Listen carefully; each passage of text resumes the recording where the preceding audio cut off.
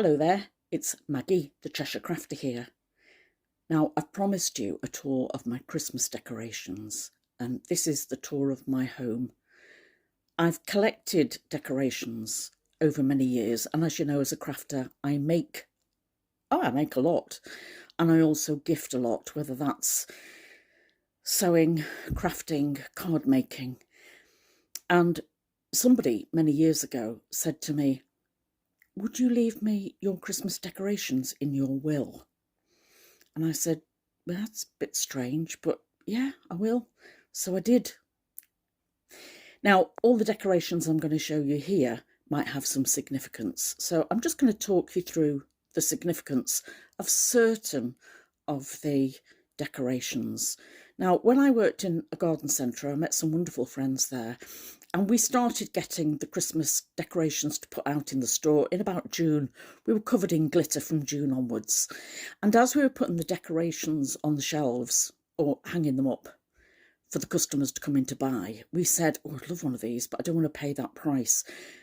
But in January, when we've got to do a stock take, if there's any left and we can get them at 50%, I might buy some then. So I did buy some decorations then at that point. And I've never seen decorations like those anywhere else. So come with me into a few of my rooms and I'll show you the significance of some of my decorations then. So in front of my TV, I've got a wax burner. And this is burning this oil that I bought for many years from Marks and Spencer's. It's frankincense and myrrh essential oils. And I was also able to buy a room spray. This is the room spray, frankincense and myrrh. Comes in a lovely glass bottle. They were £5 and they've made beautiful gifts to neighbours and friends over the years. If I want an alternative, I've got the warm apple and cinnamon candle, and I've got that in a few different sizes. I've got a small one here just by my clock, and that one's from Dunelm. The larger one is from B&M, and as you can see at the back, I've actually lit a candle, a little tea light inside the little house. The little ceramic house sits beside my ceramic Santa. And this card here, friend, is from one of my oldest friends. So I display my Christmas cards on my mirror here. And I haven't got very many this year. And that's because there's been postal strikes in the UK.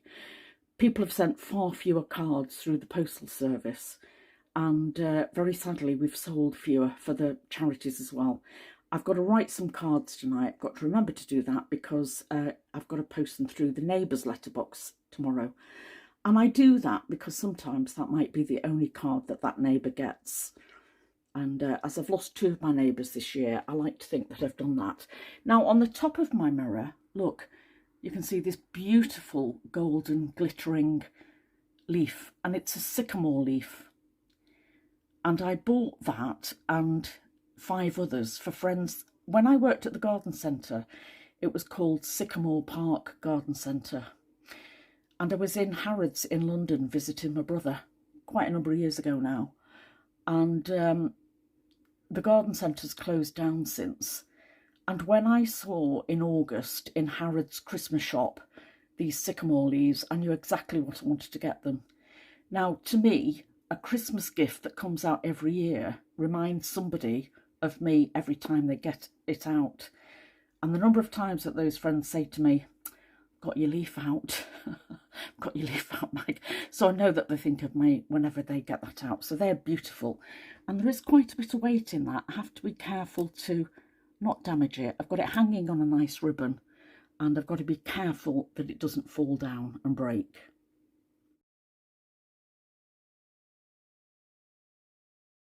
This is the windowsill in my lounge, and I've always got photographs or prints of Metatron and one of the Ascended Masters, Serapis Bay here.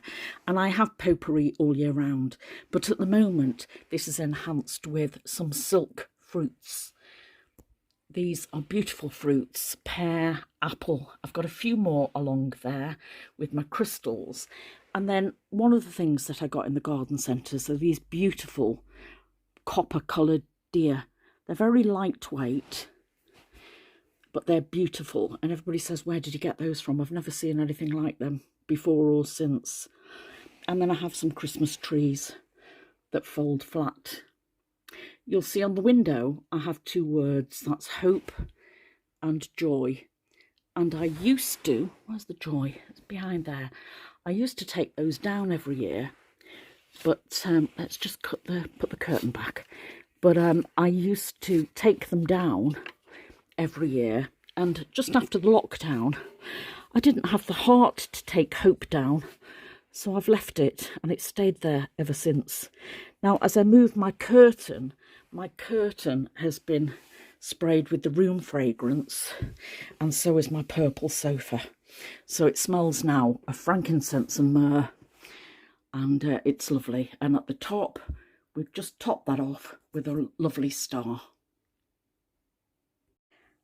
My tree takes pride of place in my lounge, and it's a Nordic fir, which has needles that don't drop. I've just got to make sure that I keep it watered, and I've got presents underneath it. Now, some of the presents underneath it, one is from my best friend from Berkshire, one is from my oldest friend that I went out for a meal with the other night, and there's another present under there from a couple of children from Alaska. So I'm really pleased to receive that one. Thank them very much. I'm not quite sure what that is. The others are presents for me to give out to other people. And I'm just going to show you some of those decorations on the tree. There's always a Santa at the top and an angel at the top.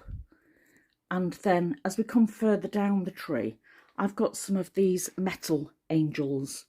One playing a harp. I've got one on the other side.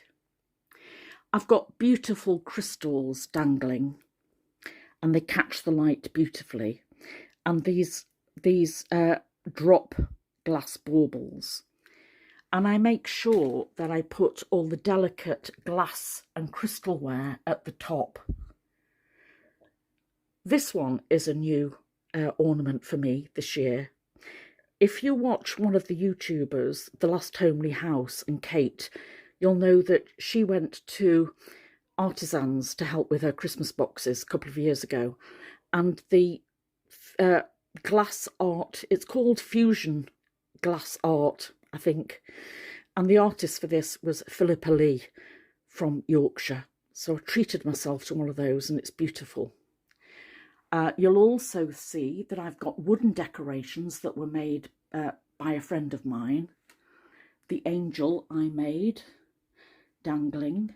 You might recognise the bird box, the decoupage bird box. And if I come down, you'll recognise this. This is the oyster shell that was decoupaged that I purchased at the craft fair last weekend or so. And I've got another one of those down here. Sorry, if I go across, I've got the squirrel there. I've got purple baubles and stars on my tree. And I've tried to keep to one colour, but you can't really, can you? Here's my other angel. Now, you'll notice that I put handmade ornaments on this, and you'll recognise this one because I made them just the other night. So I do make fabric ornaments and dangle them, and of course they last a long time, don't they? These deer, I've got two of these in the tree, and they match what's in the windowsill. On the windowsill, I should say. These are the hearts that I made in the summer. I forgot to show you the little stockings that I've hung above the fireplace. And this is the little bell. This is the little china bell by the ceramic artist that I bought at the craft fair. Anything else I want to show you on there? I'm not going to show you the photographs, but I've got 3 very precious baubles showing photographs of my loved ones that have passed over. And every year when I get the decorations out, I'm very moved when I see their faces, and I make sure that I have them facing me for comfort, really. I must admit. Now, this little fella's interesting. This is a little, I'm trying to think of the word I want. It's leaded light glass work, a snowman made for me by a friend of mine years ago. She does beautiful work. And as we come down and round the tree, we've got peace and joy and harmony. We've got music, we've got brass instruments. Another little one there. Can't get into all the nooks and crannies on here, but I think that gives you an idea of what my tree looks like. So because I've collected those ornaments over the years, they're going to be left to a friend of mine. And I know that she'll take really good care of those when she finally gets them. She's not getting them yet. It's going to be quite a while yet. I've got no plans.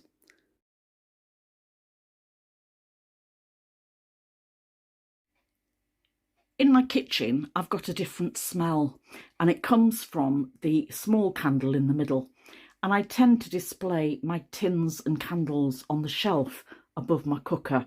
As you know by now, I'm really not a cook, but it's this candle here, and it's called Cinnamon Sugar, and it's part of a set by Aldi, and they sell them in sets of 3. And I've had these before and they smell absolutely delightful. They're as good as any Yankee candles. The tin I've had for quite a number of years was brought to me with biscuits in. And again, this is an embossed tin. The angels and the 3 kings are embossed. That's beautiful. The other tins that you see I bought from IKEA. I'm just going to pan across and you can see the third one. No, the second one. You can see the second one there. I've got another one that's maroon in this set. There's nothing in those tins at the moment. Right, we're going to pan now to my windowsill. And you'll see that I normally have a bottle of amaretto with a candle in anyway. And I have got candles on here. So again, I've got the warm apple and cinnamon.